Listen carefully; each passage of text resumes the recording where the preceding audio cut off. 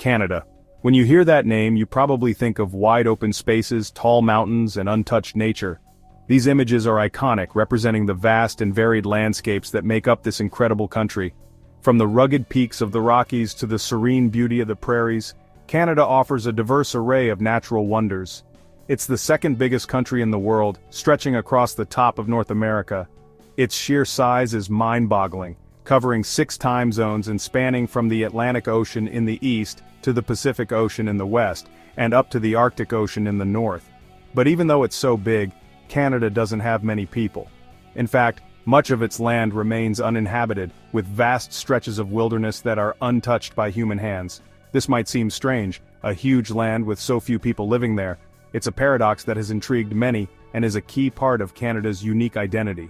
It's a story about geography, weather, history, and the choices people make.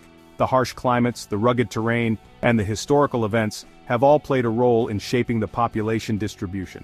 The numbers tell an interesting story. They reveal the vastness of the land and the sparseness of its population. Canada is over 9.9 million square kilometers. To put that into perspective, it's larger than the entire European Union and almost as big as the whole continent of Australia. But only about 40 million people live there.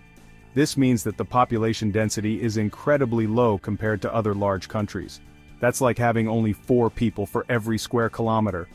Imagine a vast expanse of land with just a handful of people scattered across it. This big difference between size and population is a really important part of what Canada is like. It influences everything from the economy to the culture, and even the way people interact with the environment. To understand why this is, we need to look at the things that have shaped how people live in Canada. The story is complex, involving natural forces and human decisions. We'll travel from the old rocks of the Canadian Shield, a vast area of ancient geological formations that have stood the test of time, to the busy cities in the south, where the majority of the population resides, bustling with life and activity. From the freezing Arctic winters, where temperatures can plummet to extreme lows, to the rainy forests on the Pacific coast, lush and green, teeming with life. We'll see how human ambition and the power of nature work together in this northern country. The interplay between human activity and the natural world is a defining feature of Canada.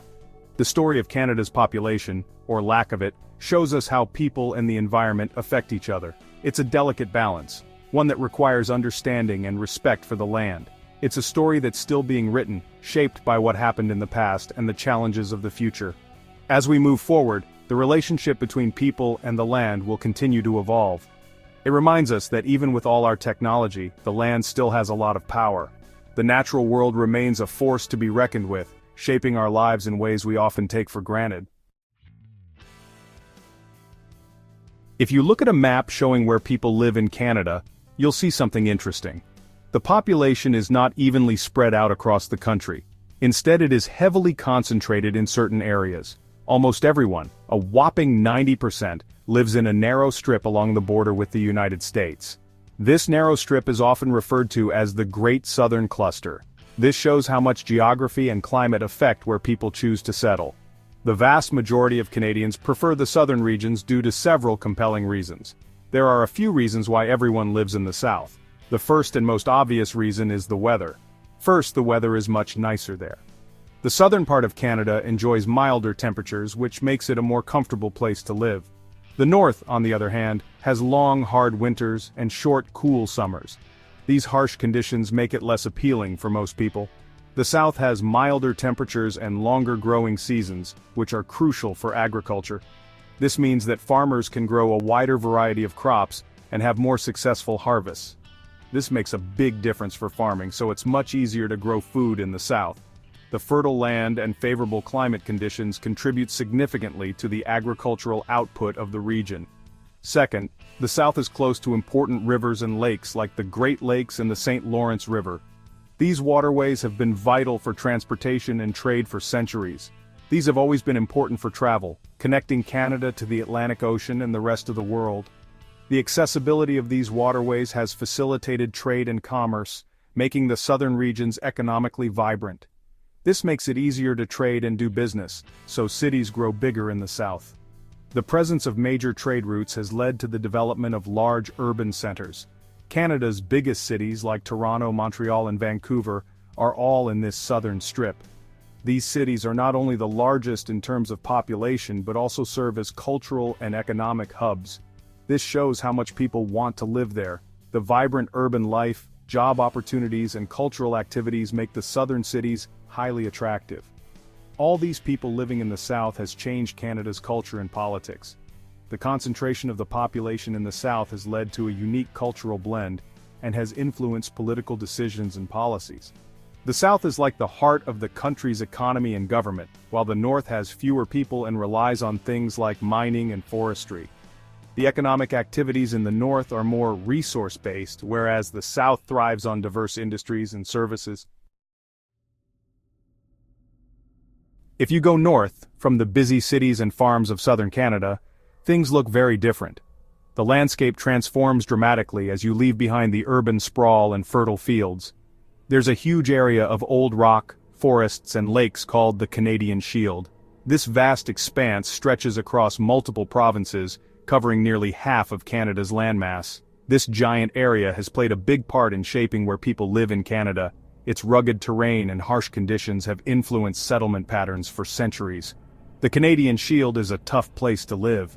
The landscape is dominated by ancient hard rock formations that make construction and agriculture challenging. The rocky ground and thin soil make it hard to grow anything.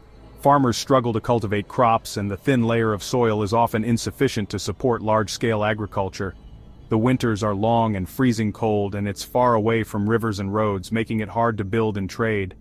The isolation and severe weather conditions add to the difficulty of living in this region. Even though it's tough, people still live on the Canadian Shield. Small communities have adapted to the harsh environment, finding ways to thrive despite the challenges. Indigenous people have lived there for thousands of years, learning how to survive in this special environment. Their deep knowledge of the land and its resources has been passed down through generations. But when Europeans came to North America, the Shield was a big problem. The settlers found the land difficult to navigate and even harder to cultivate. They couldn't farm like they wanted to. Many early attempts at agriculture failed, leaving settlers frustrated and forcing them to adapt or move elsewhere. The Canadian Shield might be tough, but it's also beautiful and important for nature. Its untouched landscapes offer breathtaking views and a sense of tranquility. The huge forests help control the world's climate, and the lakes and rivers are home to lots of plants and animals.